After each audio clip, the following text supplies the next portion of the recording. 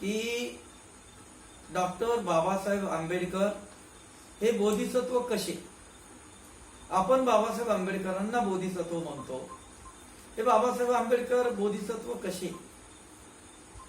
बौद्ध संस्कृतीमध्ये बोधिसत्व या पदवीला जाण्यासाठी, या पदापर्यंत जाण्यासाठी त्या व्यक्तीला 10 स्थित्यांतरामधून जावं लागतं. बोधिसत्व याचा अर्थच असा आहे, बोधी म्हणजे ज्ञान आणि सत्व म्हणजे प्राणी. ज्ञानाकडे स्वतः आणि आपल्या समूहाला, केवळ मानव जातीला नव्हे तर सर्व प्राणी मात्राच्या प्रती या ज्ञानाकडे घेऊन जाणारी जी व्यक्ती आहे, विकासाकडे घेऊन जाणारी जी व्यक्ती आहे, त्या व्यक्तीला बोधिसत्व म्हणतात. आणि बोधिसत्व ही बुद्धत्वाच्या अगोदरची स्टेप आहे. ज्यानं जी व्यक्ती बोधिसत्व आहे तीच बुद्धत्वापर्यंत जाऊ शकते. आणि म्हणून बोधिसत्व इथं जाण्यासाठी जसं अरहंत जीवनमुक्त होण्यासाठी श्रोतापती, सप्रतागामी, अनागामी आणि मग अरहंत, जी व्यक्ती अरहंत आहे आणि या सर्व समूहाला ज्ञानाच्या कक्षेमध्ये घेऊन जाणारी आहे, त्या व्यक्तीला बोधिसत्व म्हणतात. आणि मग ही बोधिसत्व याला 10 स्थित्यांतरामधून जावं लागतंय आणि त्या आपल्या समूहाला या 10 स्थित्यांतरामधून न्यावं लागतंय, या मानव जातीला किंवा त्या आपल्या समूहाला. आणि म्हणून बाबासाहेब आंबेडकर या 10 स्थित्यांतरामधून जात असताना, 10 स्थित्यांतर म्हणजेच 10 पारमिता, 10 पारमिता आहेत, त्या जीवनामध्ये स्वतः अंगीकारून मानवी जीवनाला त्याचा आदर्श समोर ठेवावा लागतो, एक उच्च आदर्श समोर ठेवावा लागतो. आणि तो आदर्श, त्या आदर्शप्रत हे मानवी जीवन सुखाचं, समृद्धीचं आणि भरभराटीचं आणि प्रगतीकडे घेऊन जाण्यासाठी जी वाटचाल आहे, ती वाटचालाला करण्यासाठी जी प्रेरणा देणारी व्यक्ती ती बोधिसत्व. आणि म्हणून ह्या ज्या 10 स्थित्यांतर आहेत, पायऱ्या आहेत, पारमिता आहेत. पारमिता म्हणजे पारंगत असणे, निष्णांत असणे, तरबेज असणे. आपल्याला या 10 पारमितामध्ये प्रत्येकाला तरबेज व्हायचे, निष्णांत व्हायचे. परंतु बोधिसत्वानं त्या 10 पारमिता स्वतः जीवनात तर अंगीकारल्याच, परंतु आपल्या समूहाला देखील त्या पारमितामध्ये पारंगत केलं, तरबेज केलं, निष्णांत केलं. त्यांना देखील या पारमितामध्ये तरुण नेण्याचं काम हे भाऊसागर हे बोधिसत्वानं केलेलं आहे. आणि म्हणून डॉक्टर बाबासाहेब आंबेडकर यांची शील पारमिता, जी पहिलं स्थित्यांतर आहे जीवनाचं, शील. शील म्हणजे नीतिमत्ता, शील म्हणजे पापविरुता, शील म्हणजे वाईट गोष्टी करण्यामध्ये कमीपणा वाटणे आणि चांगल्या गोष्टी बिनधास्त करणे, याला म्हटलेले शील. शील हा जीवनाचा पाया आहे. जसं इमारत मजबूत राहण्यासाठी फाउंडेशन मजबूत करावं लागतंय, पाया मजबूत घ्यावा लागतो, तशा पद्धतीनं आपलं जीवन सुख समृद्धीचं करण्यासाठी, आनंदी समाधानी जीवन व्यतीत करण्यासाठी आपण शीलावर अधिष्ठित असणं अतिशय महत्वाचं आहे. आणि म्हणून हे जे शील आहे, ही पारमिता आहे, याच्यामध्ये आपण पारंगत असलं पाहिजे, तरबेज असलं पाहिजे. अतिशय महत्वाचं उदाहरण डॉक्टर बाबासाहेब आंबेडकरांचं शील पारमिताचं. कोलंबियाच्या विश्वविद्यापीठामधून बाबासाहेब आंबेडकर PhD झालेले. बाबासाहेब आंबेडकर डॉक्टर होते ते अर्थशास्त्राचे.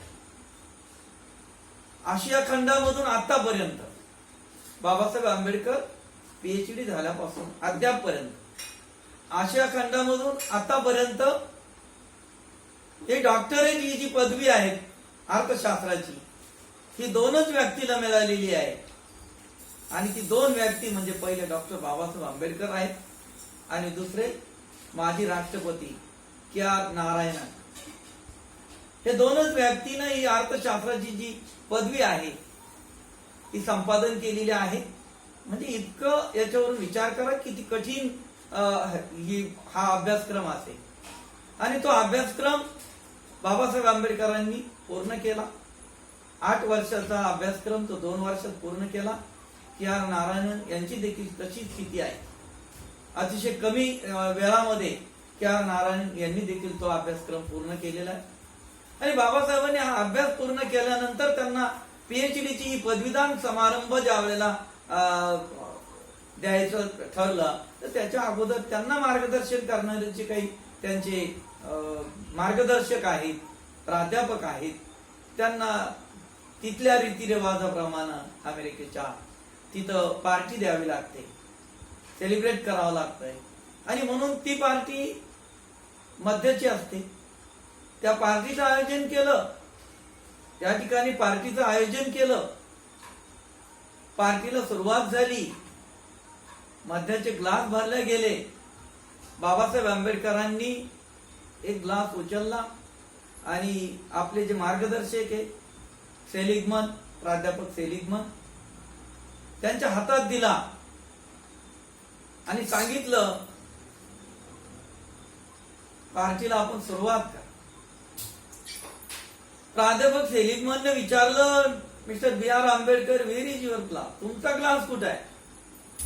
बाबासाहेब आंबेडकर अतिशय नम्रपणे म्हटले, सर मी ड्रिंक घेत नाहीये, मी मद्य घेत नाहीये.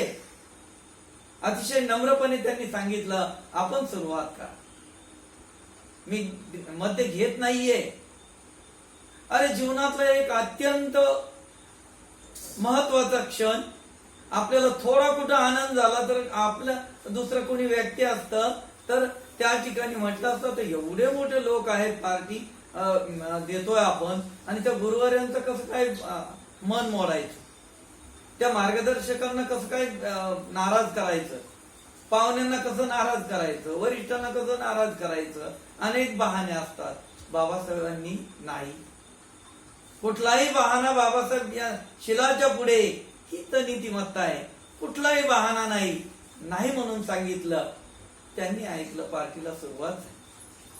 म्हणजे सांगण्याचं तात्पर्य जीवनातला एक अतिशय महत्वाचा क्षण.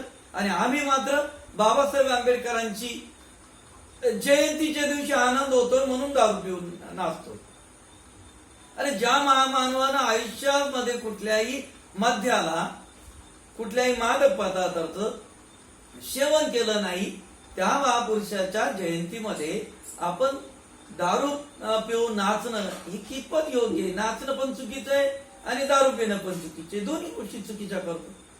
लग्न ठरलंय म्हणून दारू पितो, कोणी मयत झालं, खूप दुःख झालं म्हणून दारू पिल्या जातात. आणि म्हणून या सगळ्या गोष्टी बौद्ध अनुयायांना, बाबासाहेब आंबेडकरांच्या अनुयायांना, प्रबुद्ध माणसाला, शहाण्या माणसांना ह्या योग्य नाहीयेत, त्या टाकाऊ ठरलेल्या आहेत. आणि म्हणून ही जी काही शील पारमिता आहे ही बोधिसत्वाची, ही शील पारमिता कुठल्याही पद्धतीमध्ये वाटेल त्या प्रसंगामध्ये शीलाचं तोडणं, शील तोडणं नाही, त्याचं उल्लंघन करणं नाही, ही शील पारमिता आहे बोधिसत्वाची.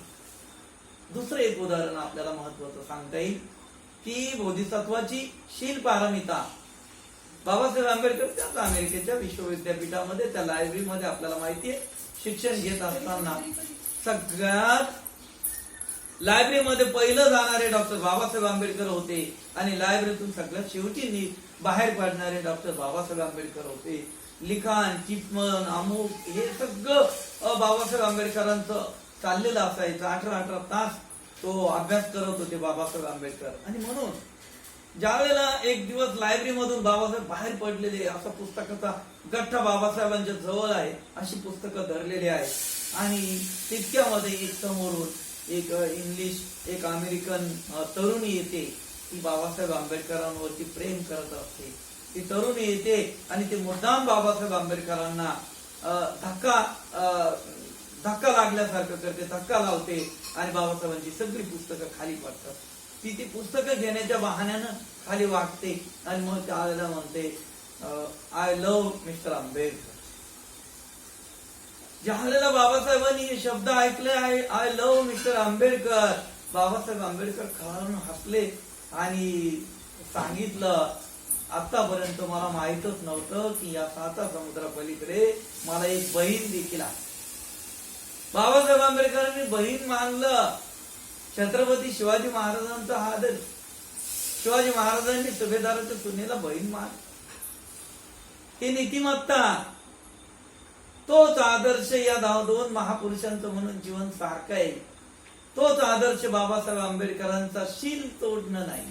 त्यांनी तिला वेगळ्या भाषेत सांगितलं, मला आतापर्यंत माहीतच, मला वाटलं मी एकटाच आहे इथं, परंतु मला आज माहीत पडलं की या 7 समुद्रापलीकडे मला एक बहीण देखील आहे. आणि मग ती ओशाळली ती तरुणी आणि तिनं मात्र आयुष्यभर ती अविवाहित राहिली आणि बाबासाहेब आंबेडकरांचा स्टडी त्याच्यावरती तिनं PhD वगैरे केलं. तर अशा पद्धतीनं ही जी काही शील पारमिता आहे, ही डॉक्टर बाबासाहेब आंबेडकर या शील पारमितीमध्ये पारंगत झालेले होते. आंबेडकरी चळवळीसाठी, चळवळीच्या कार्यकर्त्यांसाठी एक तिसरं उदाहरण सांगेल शीलाचं बाबासाहेब आंबेडकरांच्या. 1939चा समय काळ होता तो. 1939चा बाबासाहेब आंबेडकर इम्प्रुव्हमेंट ट्रस्ट साठी एक 4 आणे जमा करत होते. 1 रुपया जमा करत होते फंडासाठी, इमारत निधीसाठी 1 रुपया जमा करत होते. आणि त्यावेळेला बाबासाहेब आंबेडकरांच्या ऑफिसमध्ये पठ्ठे बापूराव, महाराष्ट्राला ख्यातनाम तमासगीर माहिती आहे, पठ्ठे बापूराव हे आले. एंट्री त्याची अशी होती ऑफिसमध्ये की दोन बाजूला 2 बाया होत्या नाचणारी, त्यांच्या खांद्यावरती त्यांनी हात ठेवलेले. आणि ते ज्या वेळेला आले आणि सांगितलं, मी डॉक्टर आंबेडकर, तुम्ही 1 रुपया जमा करताय फंडासाठी, 1 रुपया, हे मला समजलं. मी तुमच्या या फंडासाठी, इमारत निधीसाठी माझे 3 रात्रीचे खेळ द्यायला तयार आहे. त्या काळात पठ्ठे बापूराव म्हणजे नावाजलेला कलावंत, 1 नंबरचा कलावंत. आणि त्याच्या एका रात्रीचे बिदागी जी होती ती 200 रुपये होती. म्हणजे 3 रात्रीचे खेळ देणं म्हणजे 600 रुपये देणं. बाबासाहेब आंबेडकरांनी सांगितलं, पठ्ठे बापूराव, तुम्ही पहिले माझ्या ऑफिसच्या खाली व्हा, मला न विचारतो तुम्ही आलातच कसा. आणि हाकलून दिलं त्यांना, घालून दिलं त्यांना. कार्यकर्त्यांनी विचारलं, बाबासाहेब, ते आपल्याला 600 रुपये देत होते, आपण 1 रुपया जमा करतोय. बाबासाहेब आंबेडकरांनी सांगितलं, आमच्याच बायांना नाचवतो आणि त्या अनैतिक मार्गाने मिळवलेला पैसा माझ्या चळवळीसाठी नको आहे. आणि म्हणून हे दान घेत असताना देखील कोण 2 नंबरचा धंदा करील, दारूचा धंदा करील, विषाचा धंदा करील, शस्त्र विकण्याचा धंदा करील, आणि ते पैसे जर दानात देत असतील तर ते दान योग्य नाहीये. तर या पद्धतीनं ही जी काही शील पारमिता आहे बाबासाहेब चळवळीसाठी देखील. आणि म्हणून मी नेहमी सांगत असतो की मीराताई आंबेडकरांनी ठरवलं या धम्म चळवळीसाठी पैशाचा पाऊस पाडता येईल. Japan, Thailand, Korea, Brahmadesh, Shillong हे सगळे देश पैसे देण्यासाठी तयार आहेत, परंतु धम्म चळवळ त्यांच्या म्हणण्याप्रमाणे चालवावं लागेल, त्यांच्या विचाराप्रमाणे चालवावं लागेल. आपल्याला धम्म चळवळ बाबासाहेब आंबेडकरांच्या विचाराने चालवायची. आणि म्हणून स्वाभिमानी लोकांकडून आपण 100 रुपये, 200 रुपये, 500 रुपये, 1000 रुपये जे काय आहे ते आपण दानातून घेतो. आणि म्हणून आपल्या विहारासाठी देखील दान करत असताना स्वाभिमानी लोकांकडून दान घ्या. आणि दान द्यायला मागे पुढे पाहू नका, कचरू नका. अशा पद्धतीची या निमित्तानं आपल्याला एक सूचना करतो, विनंती करतो. आणि जे लोक शिलाचं पालन करतायत त्यांच्याकडूनच दान घ्या. हा ताईसाहेबांचा देखील आदेश, बाळासाहेबांचं देखील म्हणणं आहे. आणि बाबासाहेबांनी हा आदर्शच आपल्या सर्वांच्या समोर ठेवलाय. आणि म्हणून ही बोधिसत्वाची शील पारमिता अतिशय महत्वाची आहे. बोधिसत्वाची दान पारमिता. दानाचे 3 प्रकार आहेत. श्रेष्ठ दान म्हणजे उत्तम दान, मध्यम दान आणि कनिष्ठ दान. आपल्याला श्रेष्ठ दान करायचंय. बोधिसत्वानं श्रेष्ठ दान केलं. काय दान केलं आपल्याला? या 14 तळ्याचं पाणी दान केलं. हे निसर्ग निर्मित पाणी, तिथं जनावर, कुत्रे, मांजर पाणी पित होती, परंतु ते पाणी पिण्याचा अधिकार आम्ही माणसासारखी माणसं असून आम्हाला नव्हता. तो अधिकार मिळवून दिला.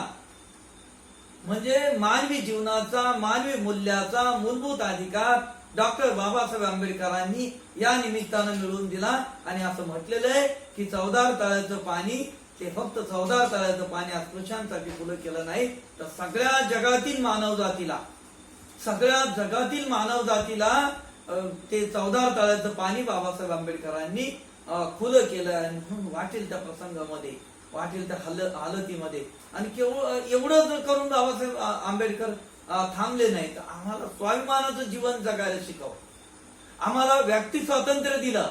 काळाराम मंदिराचा सत्याग्रह करणं म्हणजे देव आणि दैववाद या गुलामगिरीतून आमची मुक्तता करणं. हे स्वाभिमानाचं जीवन जगायला शिकवलं ते डॉक्टर बाबासाहेब आंबेडकरांनी. सगळ्यात मोठं दान, ज्ञानाचं दान केलं बाबासाहेब आंबेडकरांनी. आम्हाला सांगितलं, शिका, संघटित व्हा आणि संघर्ष करा, सत्यासाठी आणि न्यायासाठी संघर्ष करा. हा जो संदेश आहे बाबासाहेब आंबेडकरांचा, त्रिसूत्री म्हणजे मानवी जीवनाचा कल्याणाचा संदेश आहे. आणि केवळ भारतातील मानवी जीवन नव्हे, भारतातील अस्पृश्यांसाठी नव्हे, तर जगातील मागासवर्गीय, जगातील जे अस्पृश्य लोक आहेत, जगातील जे काळा गोरा हा मतभेद आहे, हा आदर्श जगातील लोकांनी घेतला. आणि म्हणून अमेरिकेमध्ये निग्रो लोकांनी पुढे आंदोलन सुरू केलं. ओबामा राष्ट्रपती झाले. याला प्रेरणा होती डॉक्टर बाबासाहेब आंबेडकर, बोधिसत्व डॉक्टर बाबासाहेब आंबेडकर. ही प्रेरणा आहे ओबामांना देखील. आणि म्हणून या पद्धतीनं जे दान आहे बाबासाहेब आंबेडकरांनी, शिलाचं दान केलं, ज्ञानाचं दान केलं, स्वाभिमानाचं दान केलं, विचाराचं दान केलं. आणि सगळ्यात मोठं की आम्हाला या सर्व अज्ञान, अंधश्रद्धातून, देव दैववाद या जोखडणातून मुक्त केलं. आणि संपूर्ण जगाला हा आदर्श, हा संदेश बाबासाहेब आंबेडकरांनी दिला. की बाबासाहेब आंबेडकरांची सगळ्यात मोठी जगाला देणगी आहे की दान पारमिताची, की मनुष्य मात्राला एक स्वाभिमानाचं जीवन जगायला शिकवणं, ताट मानेनं जीवन जगायला शिकवणं, ही बाबासाहेब आंबेडकरांनी जगातील मानव जातीला, जगातील जो पिछडा वर्ग आहे, मागासवर्गीय लोक आहेत, त्यांच्यासाठी आणि जगाच्या कल्याणासाठी बाबासाहेब आंबेडकरांनी हे दान केलेलं आहे. आणि म्हणून ही दान पारमिता, डॉक्टर बाबासाहेब आंबेडकरांची ही दान पारमिता म्हणजे बोधिसत्वाची दान पारमिता आहे. पुढे तिसरी जी पारमिता आहे उपेक्षा. उपेक्षा बाबासाहेब आंबेडकरांवरती ज्यांनी चिखलफेक, बाबासाहेब आंबेडकरांना ज्यांनी लाखोरी वाहिली, बाबासाहेब आंबेडकरांना ज्यांनी इंग्रजांचे हस्तक म्हटलं किंवा इंग्रजांचे बगलबच्चे म्हटलं, वेळ आल्यानंतर बाबासाहेब आंबेडकर ते सर्व विसरून फक्त आणि फक्त मानवी जीवनाच्या कल्याणासाठी आणि भारतीय स्वातंत्र्य, भारताची एकात्मता आणि अखंडता ही कायम टिकावी यासाठी डॉक्टर बाबासाहेब आंबेडकरांनी या सर्व अगोदरच्या गोष्टी विसरून भारतीय संविधान जे लिहिलं ते केवळ आणि केवळ मानवी जीवनाचा कल्याण नजरेसमोर ठेवून बाबासाहेब आंबेडकरांनी भारतीय संविधान लिहिलेलं आहे.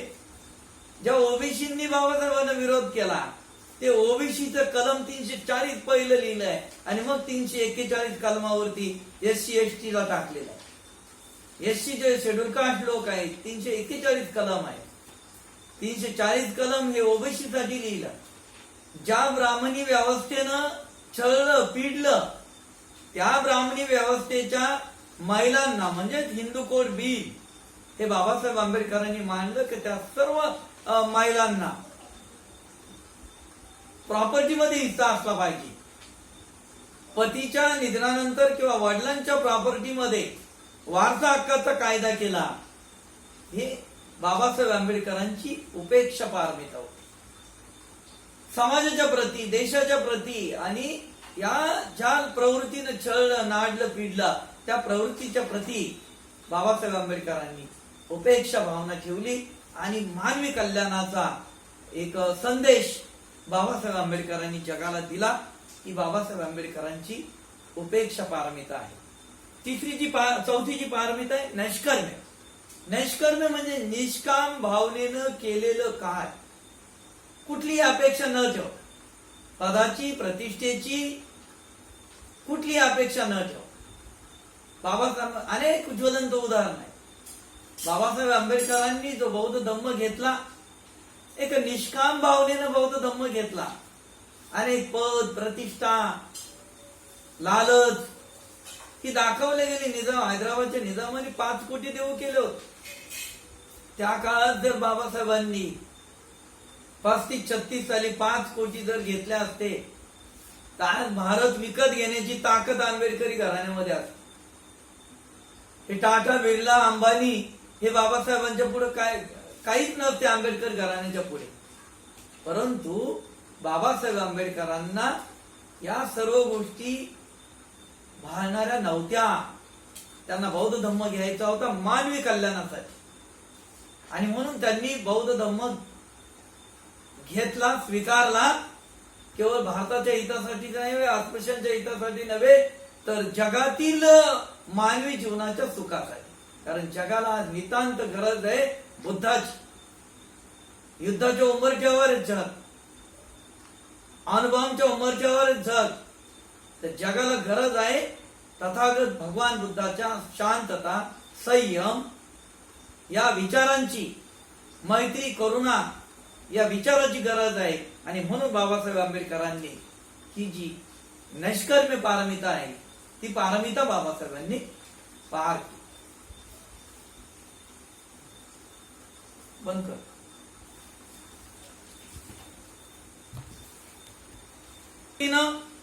बोधिसत्वाची नैष्कर्म्य पारमिता म्हणजे निष्काम भावनेने केलेलं काम. हे भारताचं संविधान, जगातली सगळ्यात मोठी लोकशाही, आणि हे संविधान बाबासाहेब आंबेडकरांनी 2 वर्ष 11 महिने आणि 17 दिवसामध्ये लिहिलं. तब्येतीची पर्वा न करता लिहिलं. त्याचं कुठलंही मानधन घेतलेलं नाहीये. हे केवळ भारतावरती नव्हे, हे भारतावरती तर लाख मोलाचे उपकार आहे बाबासाहेब आंबेडकरांचे, परंतु जगातील लोकशाहीवरती किंवा जगातील लोकशाहीला मानणारे जे लोक आहेत त्यांच्यावरती बाबासाहेब आंबेडकरांचे उपकार आहे.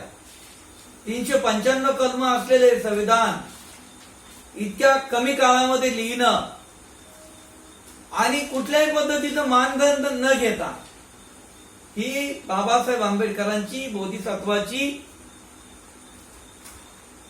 निष्काम भावनेने केलेलं काम आहे. नैष्कर्म्य पारमिता आहे. पुढची पारमिता आहे वीर पारमिता. वीर म्हणजे उत्साह. आपल्यामध्ये उत्साह असला पाहिजे. प्रत्येक काम करण्याची बहाणेबाजी नको आहे. काम करण्याचा उत्साह असला पाहिजे. आणि म्हणून माणूस वयस्कर होतो, मन म्हातारं होत नाही. यासाठी तथागतांनी म्हटलंय, मनोपुब्बा, मनोधम्मा, मनोसेठा, मनोमाया. मनच सर्व गोष्टीचं केंद्रबिंदू आहे. मन जर आपलं उत्साही असेल तर शरीर साथ देते, पण मनच जर थकलं तर मग संपलं. आजच्या या करोनाच्या महामारीमध्ये पुन्हा एकदा ही मन जे आहे ना तथागतांचं, मनावरती जोर दिलाय तथागतांनी, याची प्रचिती पुन्हा येते. ज्यांचं मन म्हणजे मनानं खचले ते माणसं हॉस्पिटल मधून येत नाहीयेत चांगले धडधाकट. परंतु जे मनानं मजबूत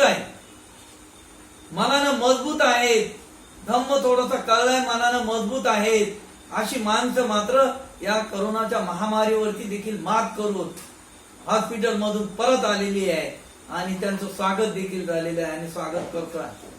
तर ही जी बोधिसत्वाची वीर्य पारमिता आहे, उत्साह आपल्यामध्ये असला पाहिजे. बाबासाहेब आंबेडकर 25 नोव्हेंबर 1956 साली काठमांडूला गेले धम्म परिषदेसाठी. 29 नोव्हेंबरला ते कुशीनगरला आले. म्हणजे बाबासाहेबांच्या महापरिनिर्वाणापूर्वी फक्त 7 दिवस अगोदर त्या कुशीनगरच्या तिथं दर्शनाला गेले बाबासाहेब संध्याकाळचे.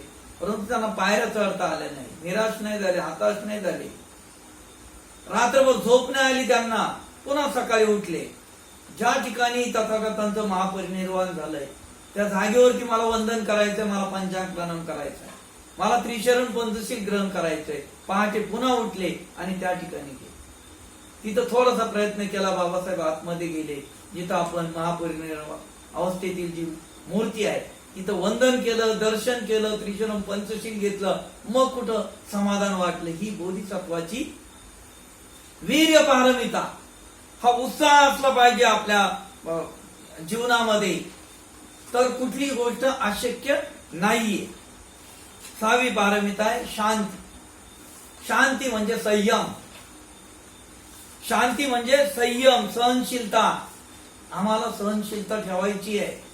परंतु ती सहनशीलतेचा अतिरेक होता कामा नये.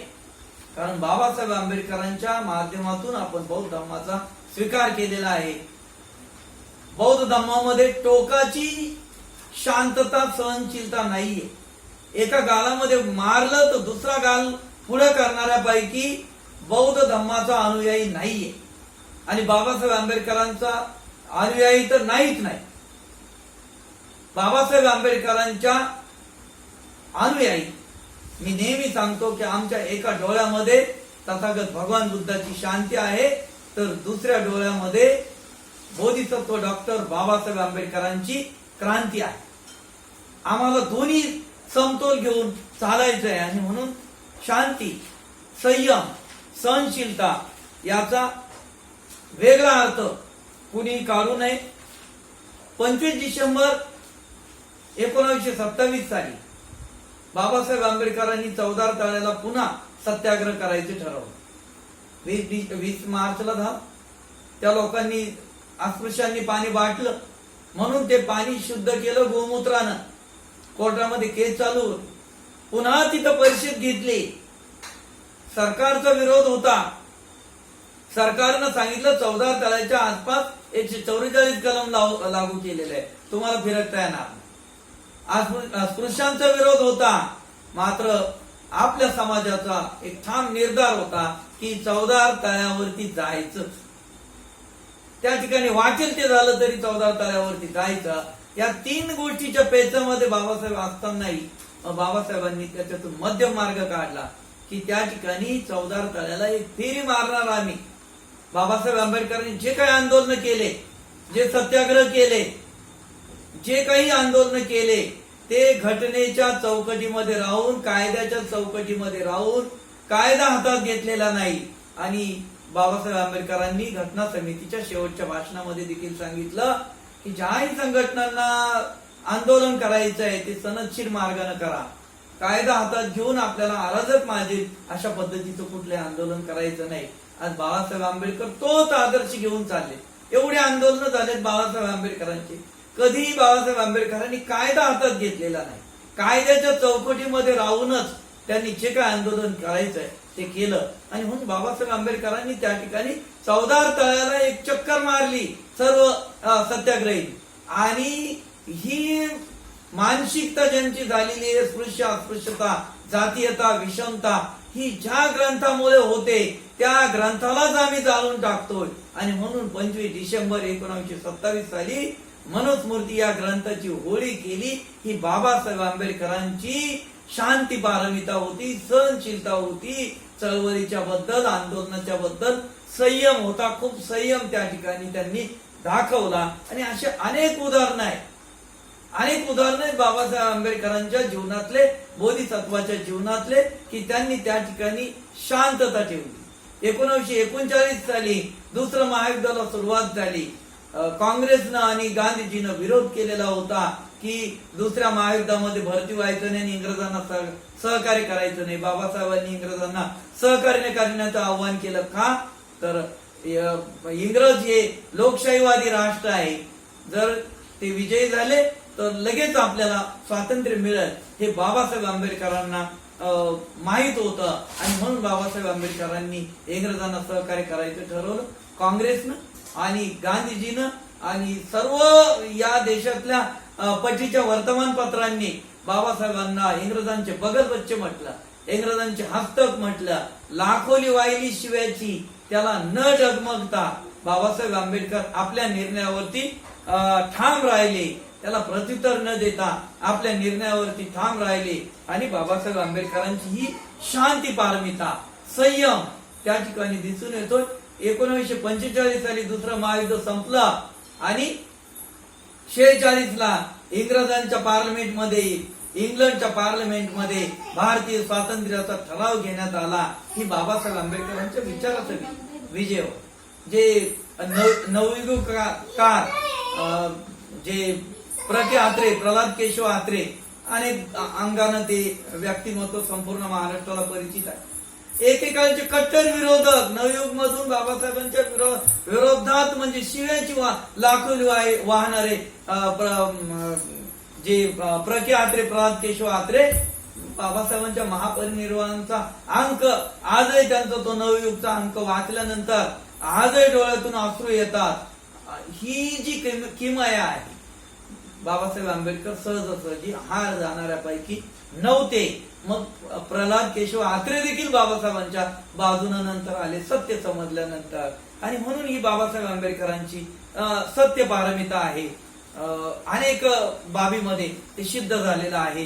पुढे बाबासाहेब आंबेडकरांची जी सत्य पारमिता आहे, सत्य म्हणजे वाटेल त्या प्रसंगामध्ये आणि समोर व्यक्ती कोण आहे हे न बघता सत्य बोलणं, स्पष्ट बोलणं, आपलं म्हणणं प्रामाणिकपणानं आपल्या नीतिमत्तेला अनुसरून आपलं म्हणणं मांडणं, याला सत्य पारमिता म्हणतात. समोर कोण व्यक्ती आहे त्याच्यासारखं बोलू नका, गोल गोल बोलू नका, अर्धवट बोलू नका.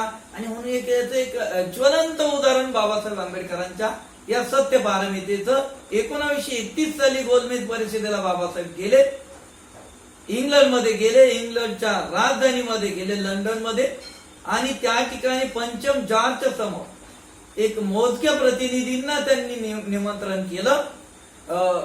पंचम जॉर्जच्या समोर, बादशाहच्या समोर, ज्या इंग्रजांच्या साम्राज्यावरती सूर्य मावळत नव्हता ते त्या साम्राज्याचे सर्वेसर्वा पंचम जॉर्ज, त्या पंचम जॉर्जच्या समोर बाबासाहेबांना 5 मिनिटं बोलण्याची संधी दिली.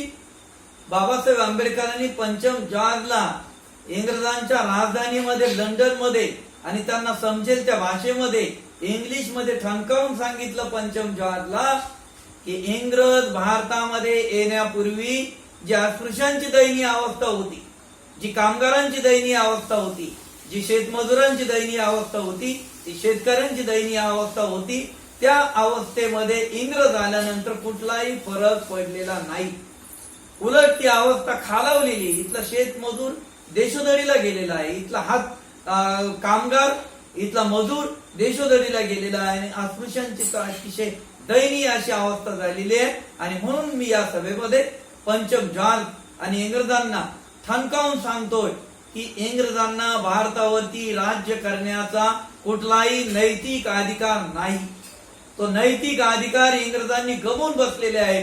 त्यामुळे यापुढे इंग्रजांनी भारतावरती राज्य करू नये, तो अधिकार त्यांनी गमावून बसलेले हे ठणकावून सांगणारे 1931 साली केवळ आणि केवळ डॉक्टर बाबासाहेब आंबेडकर होते. 1931 साली गांधीजीच्या चले जाव चळवळीच्या अगोदर 11 वर्ष 42 ला गांधीजींनी चले जावची चळवळ केली. करेंगे या मरेंगे और चले जाव हे तिथं गोवालिया टँक मैदानामध्ये गांधीजींनी सांगितलं. त्याला ऑगस्ट क्रांती मैदान म्हणतात. 9 ऑगस्टला त्याची हेडिंग येते पेपरमध्ये, मीडिया बघा, वृत्तपत्र बघा, त्याची हेडिंग येते. परंतु इंग्रजांच्या राजधानीमध्ये इंग्रजांच्या पंचम जॉर्जच्या समोर ठणकावून सांगणारे बाबासाहेब आंबेडकर 31 1931 ला ठाणकावून सांगणारे बाबासाहेब आंबेडकर, त्यांचा मात्र कुठेही उल्लेख होत नाहीये. ही जी काही मीडियाचं चाललेलं आहे, वर्तमानपत्राचं जे चाललेलं आहे, ही चुकीचं. योग्य पद्धतीनं बोल, योग्य पद्धतीनं प्रसिद्धी द्या. आणि म्हणून बाबासाहेब घाबरणाऱ्यापैकी नव्हते. त्या ठिकाणी ठाणकावून त्यांना सांगितलं की इंग्रजांना अधिक भारतावरती राज्य करण्याचा नैतिक अधिकार नाहीये, ही सत्य पारमिता आहे. म्हणजे कुणालाही न डगमगता, कुणालाही न घाबरता आपलं जे म्हणणं आहे स्पष्टपणे, स्पष्ट वक्तेपणा, सत्य जे आहे ते समोर सांगणं आपल्या कार्यकर्त्यांना या निमित्तानं सांगेल. काही एखाद्या व्यक्तीच्या विरोधात बोलतोय म्हणजे एखाद्या त्या प्रवृत्तीच्या विरोधात बोलतोय, त्या व्यक्तीच्या विरोधात नाही, तेवढ्या पुरतच आपलं भांडण असतंय. वैचारिक भांडण असलं पाहिजे. कायम स्वरूपाची दुश्मनी असता कामा नये, कायम स्वरूपाचा विरोध असता कामा नये. एखाद्या विषयावरती तात्विक मतभेद असू शकतात, भांडण नाही, त्याला तात्विक मतभेद म्हणता येईल. ते मतभेद असू शकतात, परंतु ते कायम स्वरूपी नसतात. हे सातत्यानं आपण लक्षात ठेवणं गरजेचं आहे. आणि मग 8वी पारमिता आहे अधिष्ठान. अधिष्ठान म्हणजे ठाम निर्धार, हे करायचंच. बोधिसत्वाची अधिष्ठान पारमिता म्हणजे 23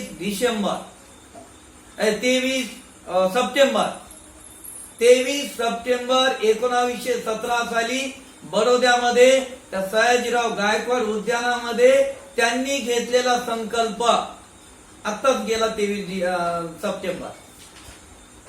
संकल्प दिन म्हणून, संकल्प भूमी म्हणून आपण जाहीर केलेला आहे बडोद्याला. आणि आपल्याला यापुढे 23 सप्टेंबरला आपलं जे कार्यक्रम आहे ते बडोद्याला असणार आहे आणि संकल्प दिन आहे. त्या ठिकाणी बाबासाहेब आंबेडकरांना या बडोद्यामध्ये हे जातीयतेचे, विषमतेचे एवढे चटके बसले, राहायला घर मिळालं. ते मिलिटरी सेक्रेटरी होते बडोदा संस्थानचे. त्या सेक्रेटरी असताना त्यांना घर मिळत नसेल तर अस्पृश्यांची काय दयनीय अवस्था झाली असेल, हे बाबासाहेब आंबेडकरांनी विचार केला आणि त्या ठिकाणी संकल्प केला की मी अस्पृश्य समाजाचा उद्धार केल्याशिवाय राहणार नाही. आणि अस्पृश्यता हा हिंदू धर्माला नव्हे तर आम्हाला लागलेला कलंक आहे आणि तो धुवून काढल्याशिवाय मी स्वस्थ बसणार नाही. अस्पृश्याचा उद्धार करण्यामध्ये जर मी अपयशी ठरलो तर स्वतःला गोळी घालून घेईल. ही बाबासाहेब आंबेडकरांनी त्या ठिकाणी सम्यक संकल्प केला, म्हणजेच अधिष्ठान. दुसरा सम्यक संकल्प अधिष्ठान पारमिता आहे बाबासाहेब आंबेडकरांची की 13 ऑक्टोबर 1935 साली त्यांनी काळाराम मंदिर सत्याग्रह केला, पर्वतीचा सत्याग्रह केला, चौदार तळ्याचा सत्याग्रह केला, अंबा मातेच्या मंदिराचा सत्याग्रह केला. अनेक हिंदू धर्मामध्ये सुधारणा करण्याचा प्रयत्न केला, पण त्या सुधारणा होत नसतील, आम्हाला माणुसकीचं जीवन, स्वाभिमानाचं जीवन जर मिळत नसेल तर हिंदू म्हणून जन्माला आलो हे माझ्या हातात नव्हता, परंतु हिंदू म्हणून मी मरणार नाही, ही भीम प्रतिज्ञा बाबासाहेब आंबेडकरांनी 13 ऑक्टोबर 1935 साली येवला मुक्कामी केली. आणि तब्बल 21 वर्ष सर्व धर्माचा अभ्यास करून, तौलनिक अभ्यास सर्व धर्माचा केला आणि सर्व प्रलोभनाला ठोकारलं. सर्व धर्माचा तौलनिक अभ्यास करून 14 ऑक्टोबर अशोका विजयादशमी 1956 साली नागपूर मुक्कामी बाबासाहेब आंबेडकरांनी बौद्ध धर्माचा स्वीकार केला. म्हणजे 13 ऑक्टोबरची ही प्रतिज्ञा बाबासाहेब आंबेडकरांनी यशस्वी केली आणि त्या ठिकाणी सांगितलं की मी सारा भारत बौद्धमय करेन. प्रतिकात्मक दृष्टीनं बाबासाहेब आंबेडकरांनी भारत हा बौद्धमय केलेला आहे. ही बोधिसत्वाची अधिष्ठान पार, बोधिसत्वाचा हा निर्धार, बोधिसत्वाचा हा सम्यक संकल्प आणि त्यांनी आपल्या जीवनामध्ये तो सम्यक संकल्प, अधिष्ठान पारमिता ही पूर्ण केलेली आहे. आणि म्हणून बोधिसत्वाची नवी पारमिता आहे करुणा. करुणा भावनेनं अंतकरण त्यांचं सर्व समाजाच्या प्रती, देशाच्या प्रती द्रवलं, अंतकरण हेलावलं. आणि म्हणून या देशाच्या एकता आणि अखंडतेसाठी आणि अस्पृश्यांच्या उद्धारासाठी त्यांनी 1932 साली 24 सप्टेंबर 1932 साली जेव्हा पुणे करारावरती सही केली, हे बाबासाहेब आंबेडकरांच्या मूर्तिमंत करुणेचं प्रतीक आहे. की गांधीजींच्या विरोधात जरी वैचारिक विरोध होता बाबासाहेब आंबेडकरांचा, परंतु हे जे काही टप्प्यात आलेलं स्वातंत्र्य हे लांबणीवर जाईल. अस्पृश्य समाजावरती अन्याय अत्याचार होती आणि म्हणून भारताच्या स्वातंत्र्यासाठी केवळ बाबासाहेब आंबेडकरांनी या पुणे करार केलेला आहे आणि त्या ठिकाणी अधिक जागा देखील अस्पृश्यांसाठी मिळवलेला आहे. आणि म्हणून ही बोधिसत्वाची करुणा पारमिता, 10वी पारमिता आहे बोधिसत्वाची मैत्री पारमिता. जगातील मानव जातीला सुखी करण्यासाठी बाबासाहेब आंबेडकरांनी बौद्ध धम्माचा स्वीकार केलेला आहे. भारतातील लोकशाही बळकट करण्यासाठी बोधिसत्वाने बौद्ध धम्माचा स्वीकार केलेला आहे. भारतातील लोकशाही बळकट करण्यासाठी. आणि म्हणून भारतावरती फार मोठे उपकार, लाख मोलाचे उपकार बोधिसत्व डॉक्टर बाबासाहेब आंबेडकरांचे आहे. त्यांनी बौद्ध धम्म स्वीकार केल्यामुळं भारतातील लोकशाही बळकट झाली, लोकशाहीची मुळं या देशामध्ये रुजली आणि जगातील लोकशाहीला ती बळकटी मिळालेली आहे. आणि बाबासाहेब आंबेडकरांनी बौद्ध धम्म घेतल्यामुळं जगातील जी बौद्ध धम्म चळवळ आहे तिला एक दिशा, दिग्दर्शन आणि तिला मार्गदर्शन करण्याचं काम बाबासाहेब आंबेडकरांनी केलेलं आहे. जगातील बौद्ध चळवळ बाबासाहेब आंबेडकरांच्या या धम्मदीक्षेमुळं, धर्मांतरामुळं बळकट झालेली आहे. आणि म्हणून जगावरती देखील बाबासाहेब आंबेडकरांचे हे उपकार आहे. आणि म्हणून बोधिसत्व डॉक्टर बाबासाहेब आंबेडकरांची ही 10 स्थित्यांतर, त्या 10 स्थित्यांतरामधून बोधिसत्व डॉक्टर बाबासाहेब आंबेडकर गेले. आणि म्हणून त्यांना बोधिसत्व या पदवीपर्यंत जाण्यासाठी अजून 10 कसोट्याला उतरावं लागतंय. त्या 10 कसोट्या बोधिसत्वाने पार केल्यानंतर हे बोधिसत्व या संज्ञेला हे पात्र होतात. आणि म्हणून त्या 10 कसोट्या याप्रमाणे आहेत. बोधिसत्वाची पहिली कसोटी मुदिता, वाटेल त्या प्रसंगामध्ये संयम ठेवणं हे बोधिसत्वासाठी अनिवार्य आहे. आणि म्हणून बाबासाहेब आंबेडकरांनी हा संयम अनेक प्रसंगामध्ये ठेवला आहे. उदाहरणादाखल अनेक प्रसंग आहे आपल्याकडे, परंतु वेळेचं बंधन असल्यामुळं, ऑनलाईन प्रवचन मालिका असल्यामुळं आपल्याला जास्त उदाहरणं देता येणार नाही. 1940 साली बाबासाहेब आंबेडकरांनी थॉट अँड पाकिस्तान लिहिला आणि सांगितलं का शांततेच्या मार्गानं पाकिस्तान द्यावा लागेल, त्याच्यासाठी लवाद नेमा, एक शिष्टमंडळ नेमा आणि शांततेनं पाकिस्तान द्या, म्हणजे हे दोन्ही राष्ट्र शांततेनं प्रगती करतील. त्यावेळेला गांधीजीनं काँग्रेसनं ऐकलं नाही. गांधीजींनी सांगितलं 40ला की माझ्या देहाचे 2 तुकडे होतील मगच पाकिस्तानची पाहणी होईल. 47ला पाहणी झाली, गांधीजीच्या देहाचे 2 तुकडे नाही झाले, परंतु भारताचे 2 तुकडे झाले. रक्तरंजित पाहणी झाली आणि त्यामुळं 47 सालापासून आजही भारत हा धुमकतोय. आपला मोबाईल आवाज बंद करा, कोण आहे, आवाज येतोय. तर भारत हा धुमवतोय. शेजारी राष्ट्र आपल्या सगळ्यात आडी अडचणीला शेजारी राष्ट्र आलं पाहिजे, परंतु शेजारी जर दुश्मन असेल तर बघायचं कोणा. आणि म्हणून ते धुमसतोय, पाकिस्तान धुमसतोय, भारत धुमसतोय. कशामुळं? बाबासाहेबांचं न ऐकल्यामुळं. आणि म्हणून ही मुदिता पारमिता बोधिसत्वाची. दुसरी विमलता. विमलता म्हणजे शुद्धता. 100 नंबरी सोनं होतं. बाबासाहेब आंबेडकर नेहरू नेहमी सांगायचे की माझ्या मंत्रिमंडळातील कोहिनूर हिरा म्हणजे डॉक्टर बाबासाहेब आंबेडकर. परदेशी लोकांना नेहरू नेहमी सांगायचे की माझ्या मंत्रिमंडळातील कोहिनूर हिरा म्हणजे डॉक्टर बाबासाहेब आंबेडकर. कायदे तज्ञ, घटनेचे तज्ञ आणि घटनेचे विश्लेषणकार होते बाबासाहेब आंबेडकर. घटना तज्ञ तर होतेच.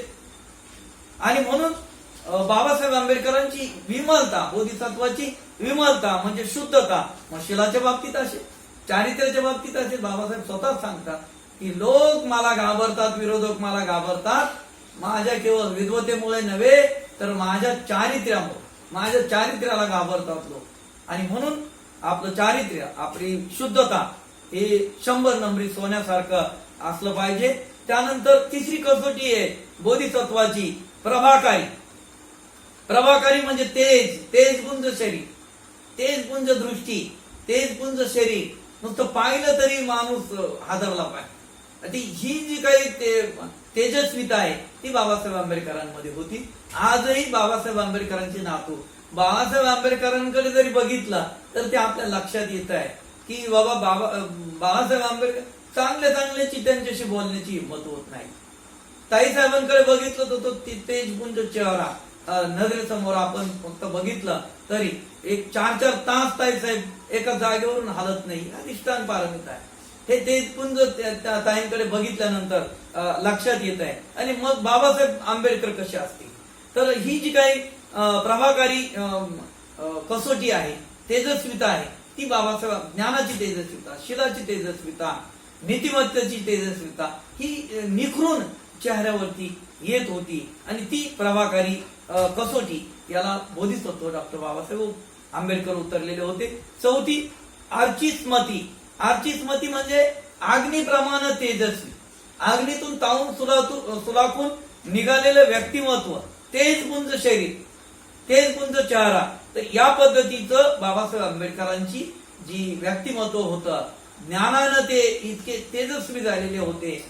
जे ज्ञान आहे किंवा आपलं जे मनात जे विचार आहेत ते चेहऱ्यावरती येतात. तथागत भगवान बुद्धांचा सिद्धांत आहे. आणि म्हणून बाबासाहेब आंबेडकरांची ही आचिस्मती जी कसोटी आहे त्याला देखील बाबासाहेब आंबेडकर हे पूर्णतः उतरलेले होते. 5वी जी कसोटी आहे सुदूर दया. सुदूर दया म्हणजे सापेक्ष निरपेक्ष, योग्य काय अयोग्य काय, त्याचे परिणाम काय होतील याचं योग्य पद्धतीचं आकलन.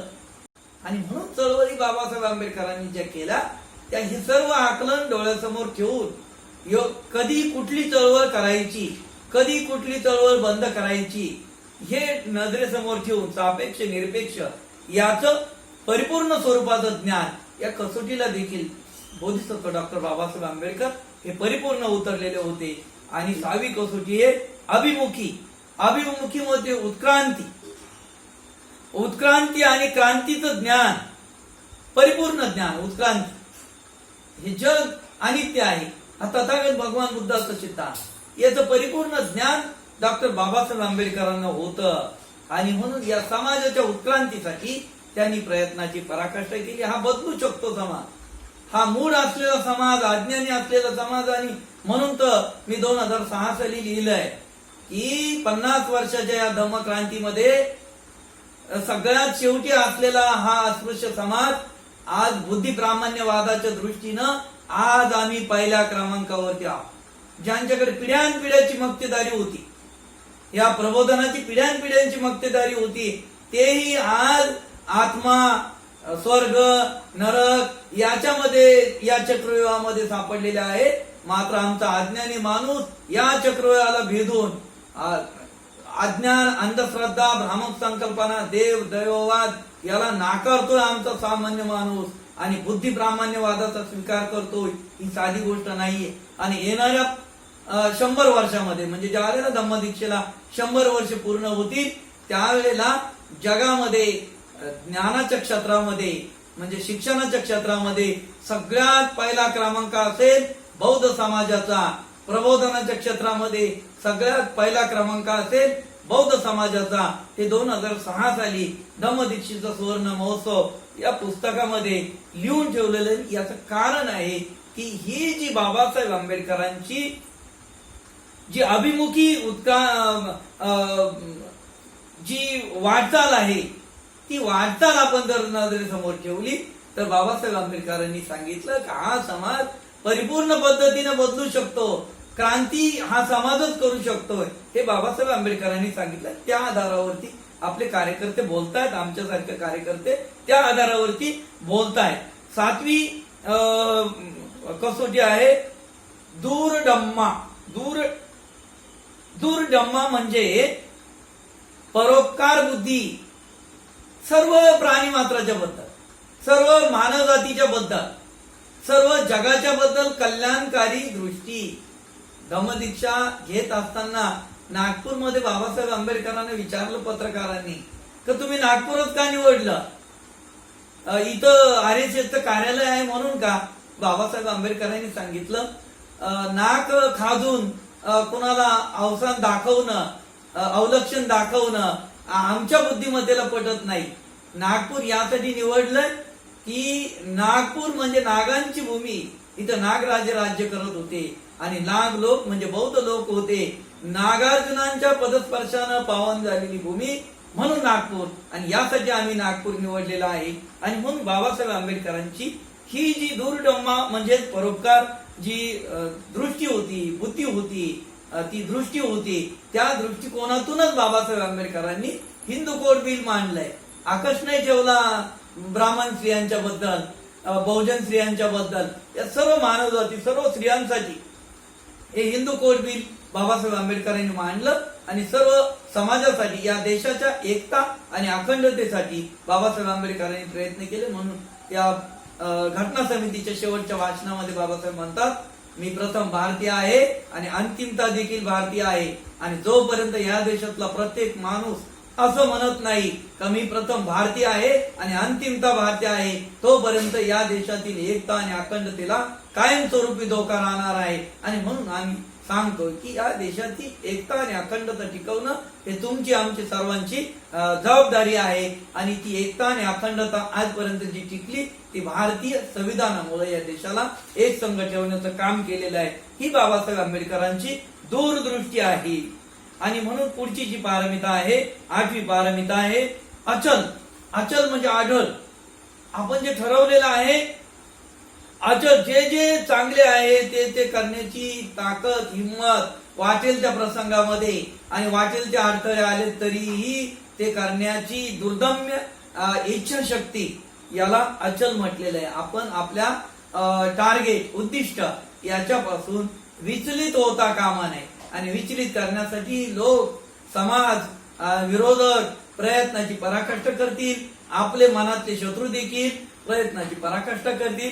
आपण त्याला न डगमगता अचल राहिलं पाहिजे, आपल्या निश्चयावरती अडळ राहिलं पाहिजे. आणि ही बोधिसत्वाची अचल या कसोटीला देखील अनेक प्रसंगामध्ये बोधिसत्व खरे उतरलेले आहे.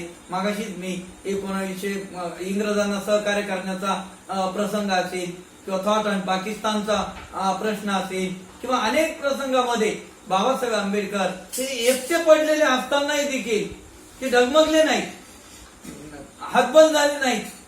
ते ठामपणानं उभं राहिले. त्यांना माहित होतं का मी जे म्हणतोय तेच खरं आहे आणि शेवटी तेच खरं ठरलेले आहे. याला अचल पारमिता, याला अचल कसोटी म्हणतात. अढळ राहिले बाबासाहेब आंबेडकर. आणि पुढची कसोटी आहे साधुमती. म्हणजे सर्व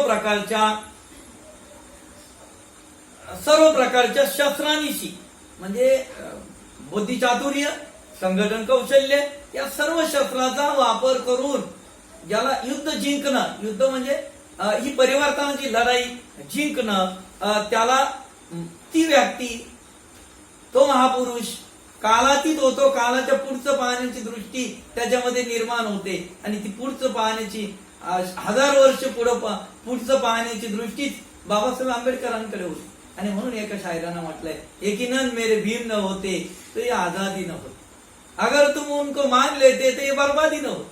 आज जी देशामध्ये लाच, लुचपत, भ्रष्टाचार, लोकसंख्येची वाढ, हे जे चाललेले अज्ञान, अंधश्रद्धा हे चाललंय, बाबासाहेब आंबेडकरांचं पूर्णपणे ऐकलं नाही. अर्थनीतीच्या बाबतीत असेल, लोकसंख्येच्या बाबतीत असेल, अनेक गोष्टीवरती बाबासाहेब आंबेडकरांनी भाष्य केलंय, मांडलंय. ते न ऐकल्यामुळे ही सगळी बर्बादी चाललेली आहे. आणि म्हणून ही साधुमती पारमिता जी आहे, तर त्या कसोटीला देखील बाबासाहेब आंबेडकर काळाच्या पुढे गेलेले आहेत, ते जिंकलेले आहेत या सर्व गोष्टीवरती. आणि म्हणून 10वी कसोटी आहे की धर्ममेध. धर्ममेध म्हणजे सर्व धर्माचा तौलनिक अभ्यास.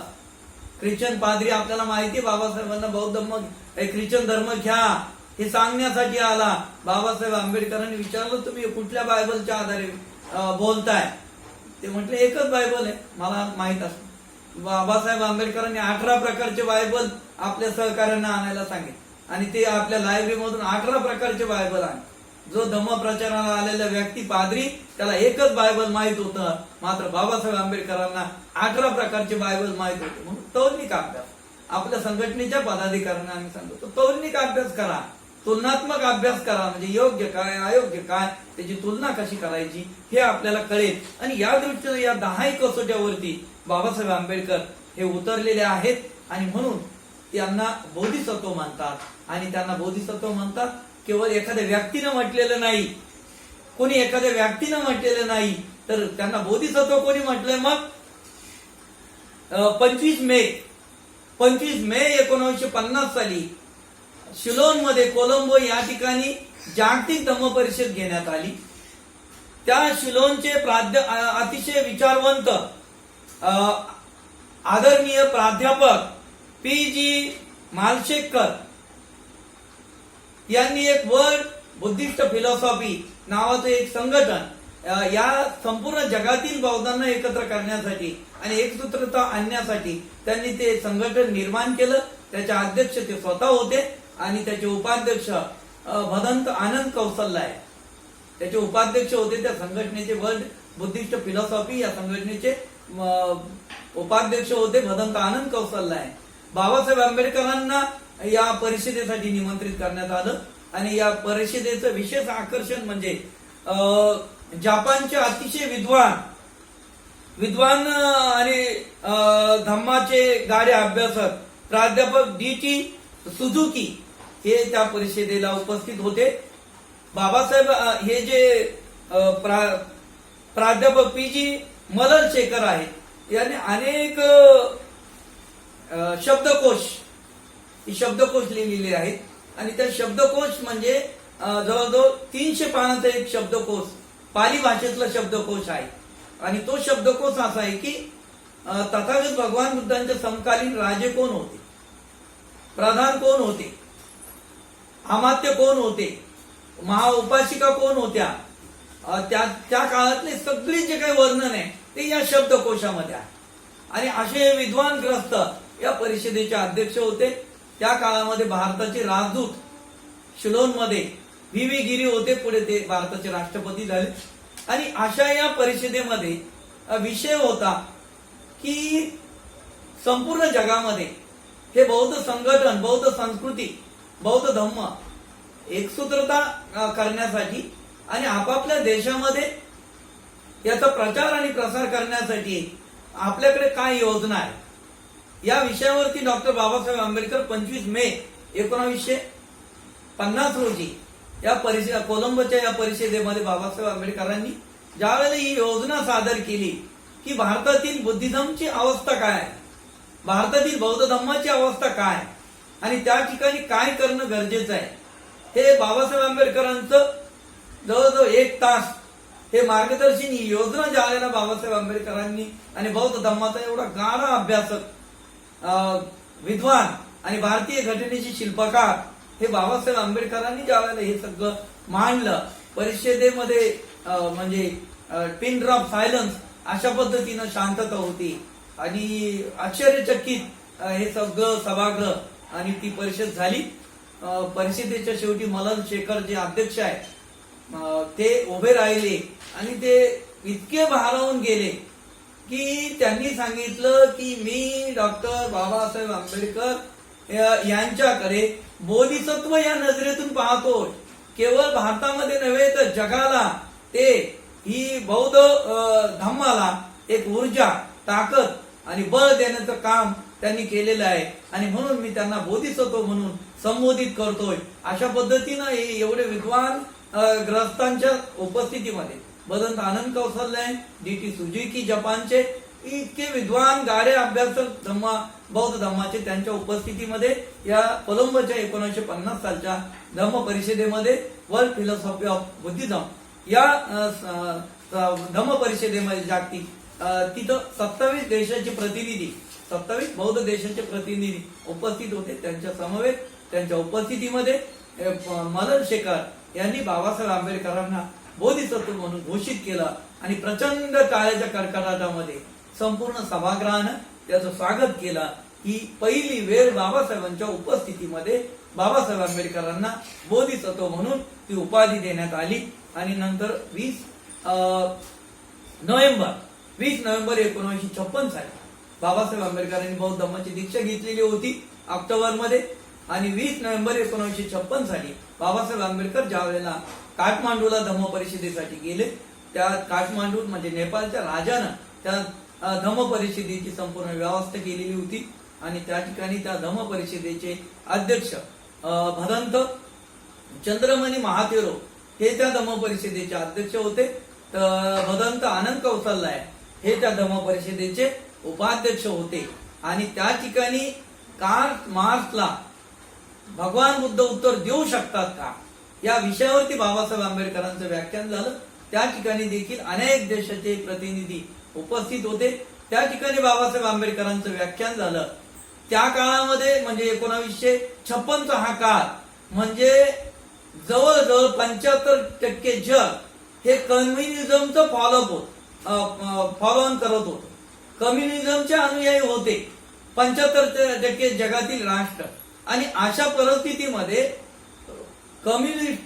कम्युनिझमला, कार्ल मार्क्सला तथागत भगवान बुद्ध उत्तर देऊ शकतात नव्हे तर भगवान बुद्धाच्या मार्गानंच या जगामध्ये शांतता, संयम आणि मैत्री, करुणा आणि जगाची प्रगती हे तथागत भगवान बुद्धाच्या मार्गानंच होऊ शकते, हे ठणकावून सांगणारे त्या परिषदेमध्ये डॉक्टर बाबासाहेब आंबेडकर होते. आणि म्हणून